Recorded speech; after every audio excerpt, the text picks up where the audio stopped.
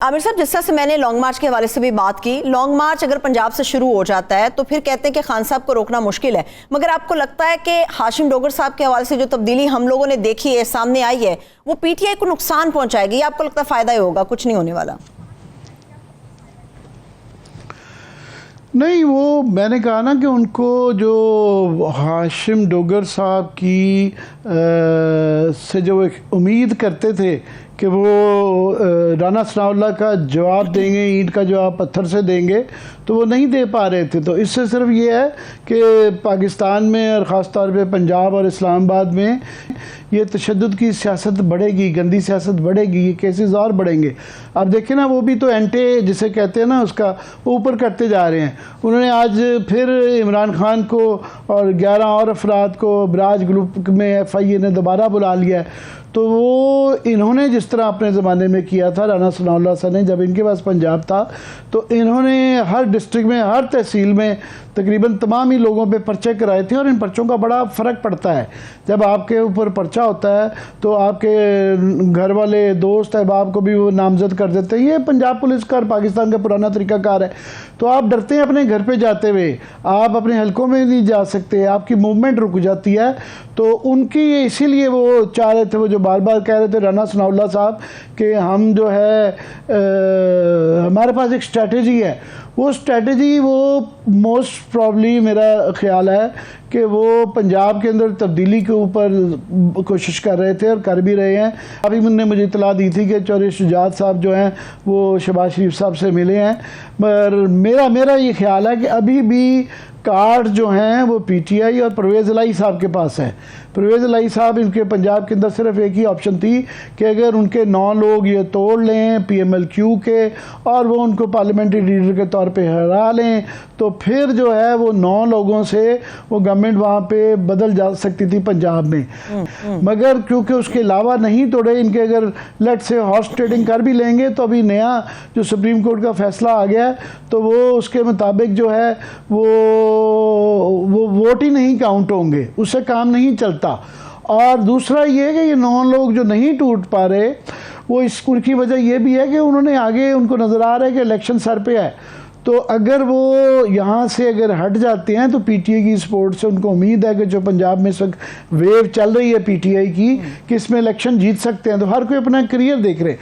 पर सिचुएशन ये है कि यहाँ पे एक बड़ी, मैं समझता हूँ पाकिस्तान की सियासी तारीख में एक यूनिक, एक मुनफरद सिचुएशन है। पहले भी ये होता रहा है कि मरकज़ में और हुकूमत होती है और सूबे में और होती है, और हमेशा उसकी टेंशन रहती है।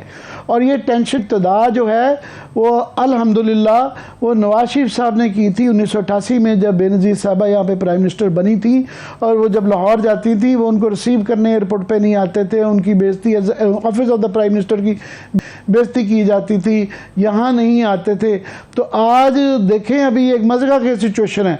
आज for example interior minister Rana Sanaullah साहब ने एक मीटिंग कॉल की हुई थी जिसमें सूबों के IG और चीफ सेक्रेटरी बुलाए गए थे, और उसका एजेंडा ये था कि सूबों के अंदर अमन व अमान और आने वाले धरने के अंदर अमन व अमान डिस्कस हुआ।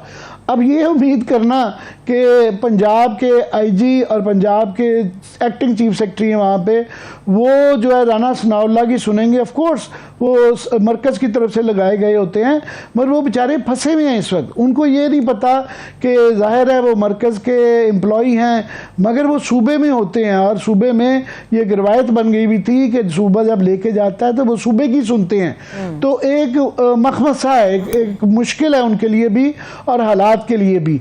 तो उसके बाद जो है ये यूनिक इसलिए गवर्नमेंट है कि ये पाकिस्तान की तारीख में और शायद दुनिया में भी बड़ी कम मिसालें मिलें कि 27 किलोमीटर की ये जो गवर्नमेंट है, इनके किसी सूबे में नून लीग की कोई हुकूमत ही नहीं है।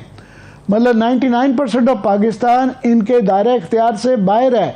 पहले फिर भी जो ये मरकज़ और सूबे में होता रहा, तो जो भी मरकज़ में पीपल्स पार्टी की गवर्नमेंट थी या दूसरी कोई एक दीगर गवर्नमेंट आई हुई है, उनकी जो है सूबे में, 1-2 सूबों में, ख़ास तौर पे पंजाब में मैटर करता है। मगर पहले फॉर एग्ज़ाम्पल जब जाम सादिक साहब थे या अरबाब रहीम साहब थे, वहाँ भी प्रॉब्लम रहती थी।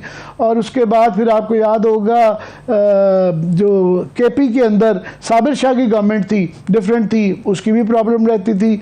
उसके बाद फिर आपको ये 70 1970s में जो लड़ाई हुई थी, बलूचिस्तान की जो इंसर्जेंसी हुई थी, जिसकी बुनियाद जो थी कि वहाँ पे नैब की गवर्नमेंट KP में भी उन्होंने रिज़ाइन कर दिया था, वो गवर्नमेंट तोड़ दी गई थी क्योंकि भुट्टो साहब को अपने से मुखालिफ गवर्नमेंट जो है कबूल नहीं थी दूसरे सूबों में। तो ये एक सोर्स ऑफ टेंशन रहती है, मगर मैं ये समझता हूँ कि ये एक नए लेवल पे चली गई है और इसके जो अंदर आपने बहुत सख्त गिर किस्म के लोग बिठा दिए हैं। राना सनाउल्लाह साहब यहाँ से हैं और वहाँ हाशिम डोगर की जगह पे जो उनका कोई मुतबादल ढूंढ रहे हैं, बड़ी बड़ी मूंछों वाला पूरे पंजाब में इस वक्त ढूंढा जा रहा है कि नवाब अफकाला बाग की तर्ज पे या मुस्तफ़ा खर की तर्ज पे कोई स्ट्रॉन्ग आदमी लाया जाए। मियाँ असलम साहब का भी सुन रहे हैं, उन पर भी इम्तिहान हो, उनके ऊपर प्रेशर होगा कि वो जो हैं वहाँ पे राना सनाउल्लाह को रिटेलिएट करें, और मेरा ख्याल है उनके अंदर कैपेबिलिटी है। मतलब नतीजा क्या होगा, और क्राइसिस होगा, और फसाद होगा, और कवानीन टूटेंगे, और बर्बरियत होगी, और अदालतों की इसके अंदर शमूलियत होती, हर चीज़ अदालतों पे जाएंगी, हर चीज़ प्रेशर। पहले ही अदालतों पे इतने इंपॉर्टेंट केसेस चल रहे हैं इस्लामाबाद अदालतों में, आप देखें सारी सियासत इस वक्त तो अदालतों भी हो रही है ना। इस्लामाबाद हाई कोर्ट में इस्तीफ़ों का केस चल रहा है, वहाँ पे नैब का केस सुप्रीम कोर्ट पे चल रहा है, जिसपे सारा दारोमदार सियासत का कि नैब के इस वक्त जो रोज़ बहस सुनते हैं, ऑब्जर्वेशन हम जिसारत नहीं कर सकते कि फैसला क्या होगा, मगर नज़र आ रहा है कि कुछ ना कुछ तो सुप्रीम कोर्ट को करना पड़ेगा। अगर सारी ये चीज़ें नहीं हैं, सारी तरमीम को फारिग नहीं भी करते, तो कुछ तरमीम जो हैं वो बड़ी कॉन्ट्रोवर्शियल हैं कि फॉर एग्ज़ाम्पल डायरेक्टली बेनिफिट करना किसी को उस गवर्नमेंट का जिसकी लीडरशिप डायरेक्टली बेनिफिशरी है, उन कवानीन की, ये एक बड़ा पहलू है। फिर नवाज शरीफ और मरियम बीबी डायरेक्टली बेनिफिशरी हैं दो तीन चीज़ों के। एक ये कि उन्होंने एसेट की डेफिनेशन चेंज कर दी है। फिर बारे सबूत जो है वो पहले जो जिसके ऊपर इल्ज़ाम था कि पब्लिक ऑफिस होल्डर रखता है, तो वो साबित करे कि उसके बाद ये दौलत कहाँ आई। अब नैब ने साबित करना, नैब भी अपनी है। और वो कल राना साहब बड़ा क्रेडिट ले रहे थे कि प्रोसिक्यूशन के पास जवाब नहीं था। भाई इस वक्त सूरत हाल ये है कि डिफेंस भी आपकी है, प्रोसिक्यूशन भी आपकी है, नैब भी आपकी है, तो मुकदमा में से तो फैसले ये अदालत को, सुप्रीम कोर्ट को ये चीज़ों को भी देखना है। फिर उन्होंने एक और जो बड़ा पहलू है कि प्ली बार्गेन की केसेस जो हैं उसके ऊपर से रिकवरियाँ नहीं हो सकती। सूरत हाल ये है कि इस वक्त अगर ये तरामीम में कोई तब्दीली नहीं की जाती तो फिर जो नैब को और हुकूमत पाकिस्तान को जो विक्टिम्स हैं, जो मुल्ज़मान हैं या मुजरमान हैं, उनको उल्टे पैसे देने पड़ जाएंगे कि जनाब आपने जो हमें प्ली बार्गेन में हमारे से पैसे लिए हैं वो गलत हैं, दूसरा आपकी तो केस ही गलत था। तो ये सारा ख़जाना जो पहले वो नैब बताती हमने इतने अरब रिकवर किए, ये मज़ीद अरब देने पड़ेंगे।